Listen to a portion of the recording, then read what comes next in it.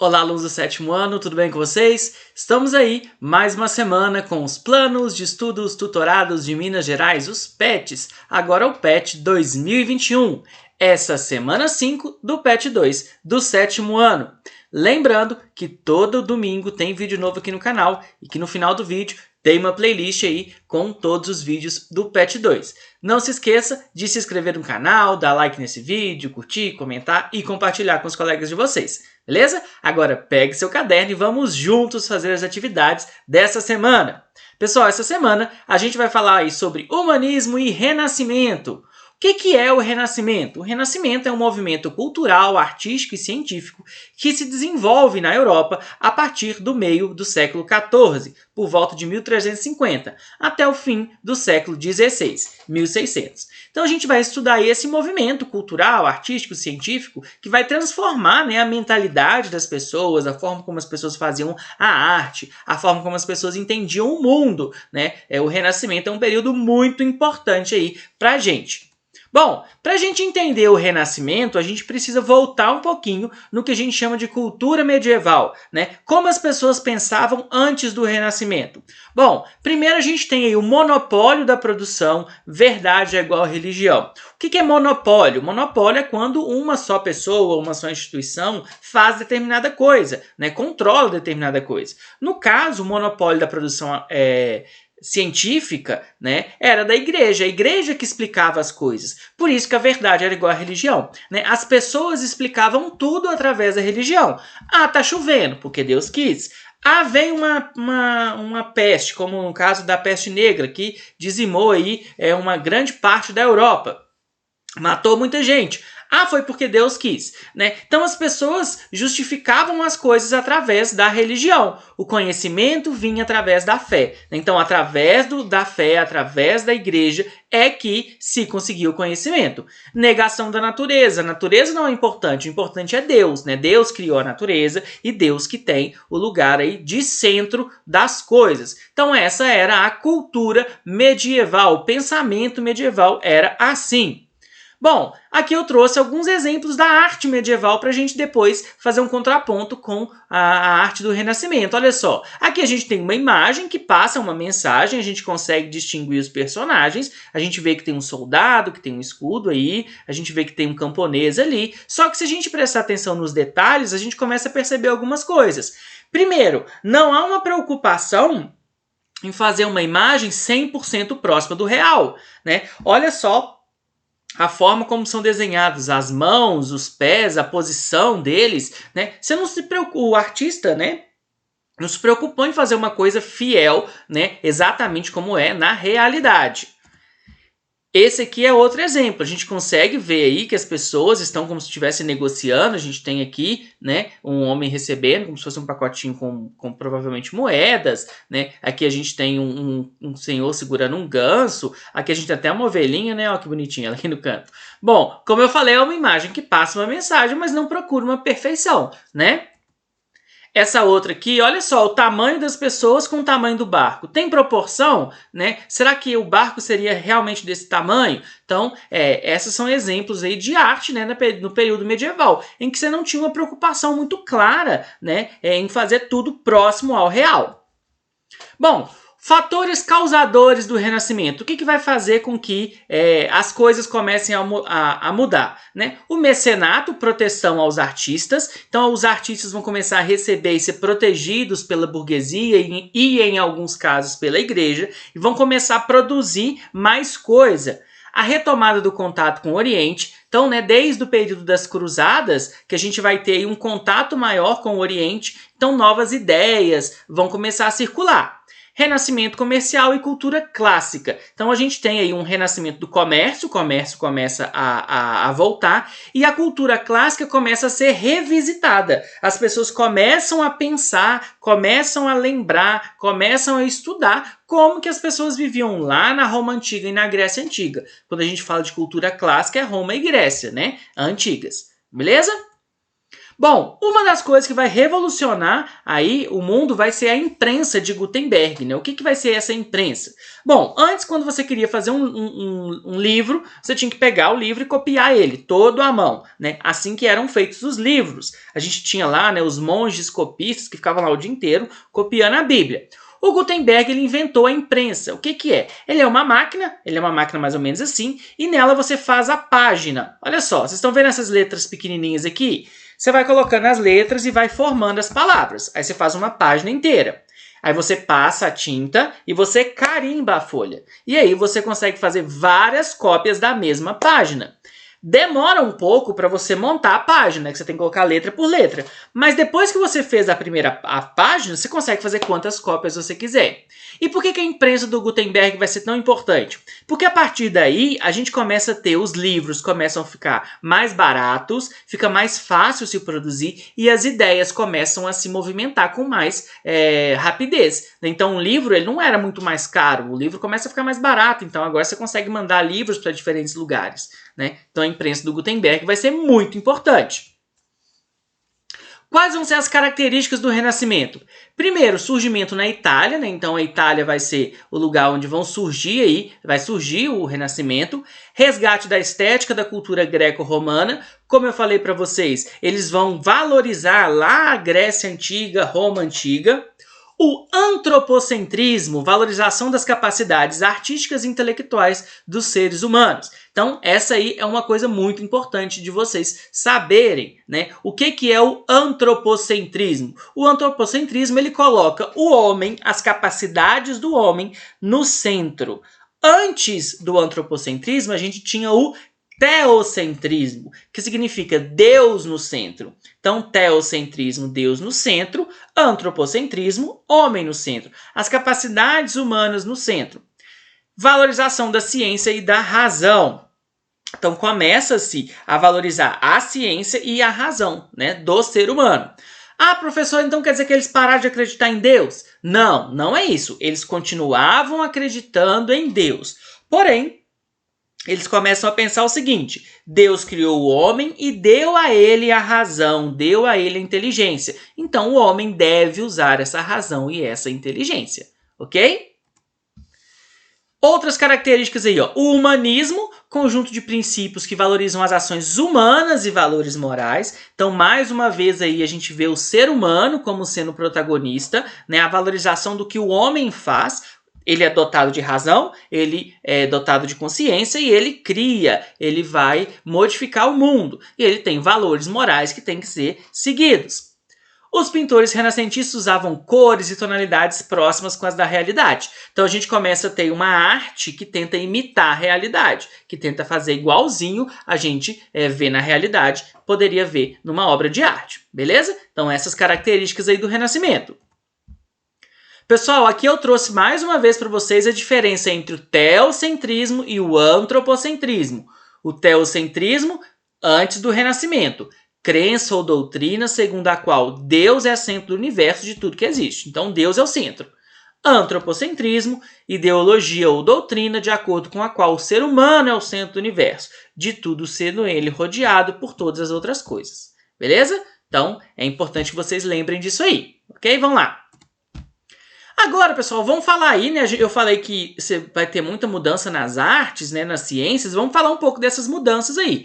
Algumas obras e artistas renascentistas. Esse cara bonitinho aí ó, é o Leonardo da Vinci. Olha só, aqui é um retrato pintado dele e aqui é um autorretrato. Ou seja, ele mesmo que pintou, fez esse desenho aí.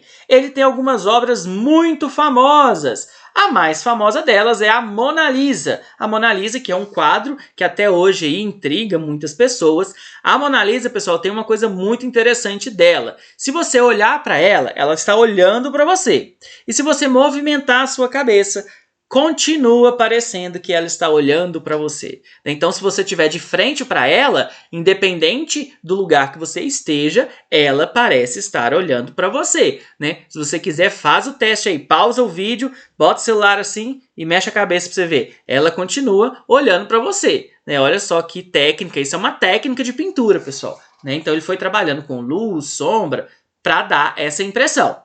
Já aqui do lado a gente tem a Última Ceia, também pintada por ele, né? A gente consegue ver a ideia de perspectiva. O que é essa ideia? Você consegue ver que tem uma mesa na frente, que as pessoas estão atrás, que lá atrás tem uma janela. Então é uma forma de você pintar mais próxima da realidade, né? Você usa tons, você usa cores próximas aí do real, beleza? Esse aí, o Leonardo da Vinci, essas obras dele.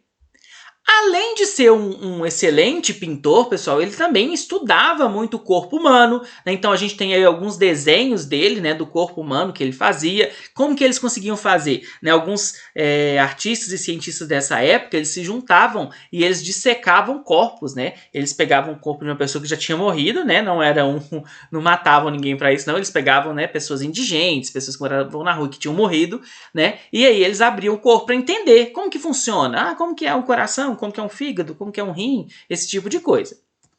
Além disso, pessoal, uma outra obra dele aí é O Homem Vitruviano, que mostra justamente essa importância dada a ele ao corpo humano. Então a gente tem aí um estudo do corpo humano em diversas posições, então a perfeição do corpo humano. Então, se você olhar, a proporção do corpo está correta, então os dedos dos pés, das mãos, o olho, o nariz, tudo é proporcional, beleza? Então essa obra também do Leonardo da Vinci. Além disso tudo, pessoal, o Leonardo da Vinci também era um engenheiro, né? Ele construía e desenhou algumas máquinas que poderiam ser feitas aí, né? Algumas a maioria ele não conseguiu realizar, fazer, construir, né, as máquinas, mas os planos dele, os desenhos estão aí, né, pra gente ver a genialidade que era esse cara aí, ok? Bom, vamos falar agora do Michelangelo, que é esse senhorzinho simpático aí, olha só. As obras mais famosas dele é o Davi de Michelangelo e a Capela Sistina. O Davi de Michelangelo é uma estátua bem alta, né, que ele fez aí em uma pedra única e ele foi esculpindo. Gente, presta atenção como que é impressionante os detalhes, né? Aqui eu coloquei um zoom na mão dele. Olha só, ele fez até as veias. Então ele se preocupou em fazer as veias. Olha o olho dele, né? Os detalhes, né? O cabelo, os cachos. Né? Então ele se preocupou em pintar todos os detalhes aí do corpo humano. E uma coisa, né, pessoal? Fazer uma estátua é mais difícil que fazer uma pintura. Porque se você errou a estátua, já era, né? Você tem que começar de novo. Agora, do lado aqui, a gente tem a Capela Sistina. Não sei se vocês já viram ela em algum lugar. A Capela Sistina é a sede da Igreja Católica, né, que fica lá em Roma. E a gente tem o teto da Capela Sistina com uma pintura enorme, né? Essa parte que é a mais famosa, que seria Deus dando vida, né, a Adão, né? A gente tem aí, alguns acreditam que ele teria escondido algumas mensagens subliminares aí, né? E depois um dia desse eu vou ver se eu faço um vídeo sobre isso. Mas a capacidade artística dele é muito grande, né? Ele também tem outras pinturas muito bonitas na Capela Sistina e em outros lugares aí, ok? Pessoal, eu trouxe para vocês aqui algumas outras obras interessantes para mostrar para vocês. Olha só. Primeiro essa obra aqui, ó, que é O Banqueiro e a Sua Esposa. Presta atenção que legal, o que o cara pensou aqui, ó. Quando ele pintou, né, o cara está contando dinheiro, a mulher está lendo um livro aqui.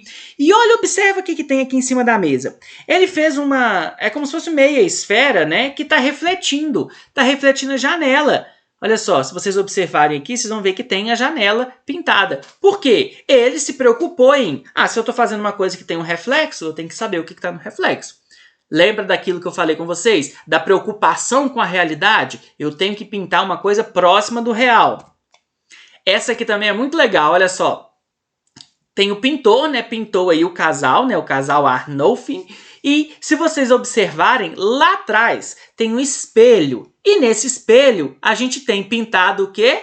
Justamente o homem e a mulher de costas e o pintor aqui no meio. Então olha como que ele se preocupou em fazer uma obra de arte que fosse fiel à realidade. Fosse exatamente o que a realidade é. Bom, vamos falar agora também de um cientista, né? O Galileu Galilei. Vamos ver o que esse cara aí descobriu. O Galileu Galilei. Alguns pensadores se destacaram nesse período, como o Galileu Galilei, que desenvolveu a teoria heliocêntrica, ou seja, de que é a Terra que gira em torno do Sol, e não o contrário. Outro pensador da época foi Erasmo de Roterdã, que discutia sobre o livre-arbítrio. Então a gente vai ter alguns pensadores, cientistas, né, chama atenção aí para vocês, do Galileu Galilei, que vai, né, desenvolver a teoria de que a Terra que gira em torno do Sol, né? Porque até então, né, a teoria que existia era que a Terra estava parada e o Sol que estava girando em torno dela. Beleza? Pessoal, agora eu trouxe uma curiosidade para vocês. Vocês conhecem esses 4 aí, ó? Um deles a gente já viu aqui. Na verdade, 2 deles. Vocês conhecem as tartarugas ninja? As tartarugas ninjas receberam os seus nomes em homenagem aos artistas do Renascimento, né? Então, o Leonardo é o Leonardo da Vinci, o Donatello é o Donato di Niccolo, o Rafael é o Rafael Sanzio e o Michelangelo é o Michelangelo, né? Então, não é que eu não tô falando que as tartarugas ninjas foram criadas no Renascimento não, viu, pessoal? Eu tô falando que quando foi criada, né, as tartarugas ninjas, né, elas receberam o nome em homenagem aos artistas do Renascimento, beleza? Agora vamos à melhor parte, né? A parte das atividades. Vamos lá. Complete o quadro com a explicação sobre as visões de mundo abaixo. Então a gente tem o teocentrismo e o antropocentrismo. Vamos lembrar aí, pessoal? O teocentrismo é quem no centro? Deus. E o antropocentrismo, o homem. Então, teocentrismo, sistema onde Deus estaria no centro do mundo. E antropocentrismo é o conjunto de ideias onde o homem representa a figura central. Então, teocentrismo, Deus no centro, antropocentrismo, o homem no centro. Beleza? Agora, pessoal, vamos aí, ó. Observe o desenho do homem vitruviano feito por Leonardo da Vinci e responda. Qual visão de mundo ele representa? Ele desenhou o homem, né? Então representa justamente o quê? O antropocentrismo. E quais características permitem chegar a essa conclusão?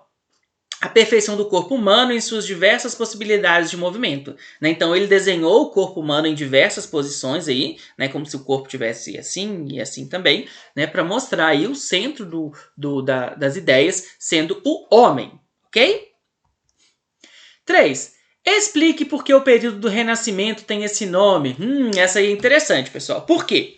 Hoje em dia a gente sabe que esse nome não está muito correto. Por quê? Quando foi dado o nome Renascimento, tinha a ideia de que no período medieval, no período antes do Renascimento, a ciência, a cultura estava morto, tinha acabado tudo. A Idade Média não produziu nada de bom. Então a cultura estava renascendo. Só que, na verdade, a gente sabe que não é assim, né? Que lá na época medieval, você tinha também cultura, você tinha ciência, só que era, né? No Renascimento a gente vai ter uma transformação. Além disso, se chama renascimento porque é a ideia de que você vai recuperar aquilo que tinha sido produzido, as ideias da Grécia e Roma antiga. Então, o Renascimento recebeu esse nome porque seus integrantes buscavam um renascer da cultura da antiguidade clássica greco-romana. Beleza? Pessoal, agora vamos ao número 4. Observe o quadro da Santa Ceia pintado por Leonardo da Vinci. Então a gente já viu esse quadro aí, né? A gente consegue observar que você tem uma proporção, né? Então o tamanho das pessoas, a posição em que elas estão, as cores, a ideia da perspectiva, né? Você consegue ver o que está mais na frente, o que está mais atrás. Até na mesa você consegue ver os alimentos que estão mais para um lado e os que estão mais para o outro. Né? Até a forma que ele decidiu colocar todo mundo, né, para que você visse de frente. Identifique técnicas e características da arte renascentista nessa pintura. Cores, luz e sombra, perspectiva, proporção e realismo. Né? Todas essas são características dessa obra, né, que são características da arte renascentista. Analise por que o humanismo ajudou a desenvolver o pensamento científico. Olha, essa aí também é interessante, né, pessoal? O humanismo não é a valorização do homem, da razão, e isso vai fazer com que o pensamento científico ele acabe, né, se desenvolvendo. O humanismo valoriza justamente as realizações e capacidades da mente humana. Beleza? Bom, pessoal, então é isso. Boa semana, bons estudos. Não se esqueça de se inscrever no canal, dar like nesse vídeo, curtir, comentar e compartilhar com os colegas de vocês. No vídeo passado eu pedi para vocês comentarem aqui embaixo, né, o nome da cidade de vocês e a gente tem aí algumas pessoas que comentaram, né? Queria mandar um abraço aí para Edneia de Rio Manso, né, a Débora, de Água Boa, e o Anderson, de Espinosa. Então, um abraço para todos vocês aí, né, de Espinosa, Água Boa, Rio Manso. Muito obrigado. E se você quiser que eu mande um alô para vocês, comenta aqui embaixo o nome da cidade de vocês aqui, beleza? Então, é isso. As referências que eu utilizei. Até a próxima. Valeu!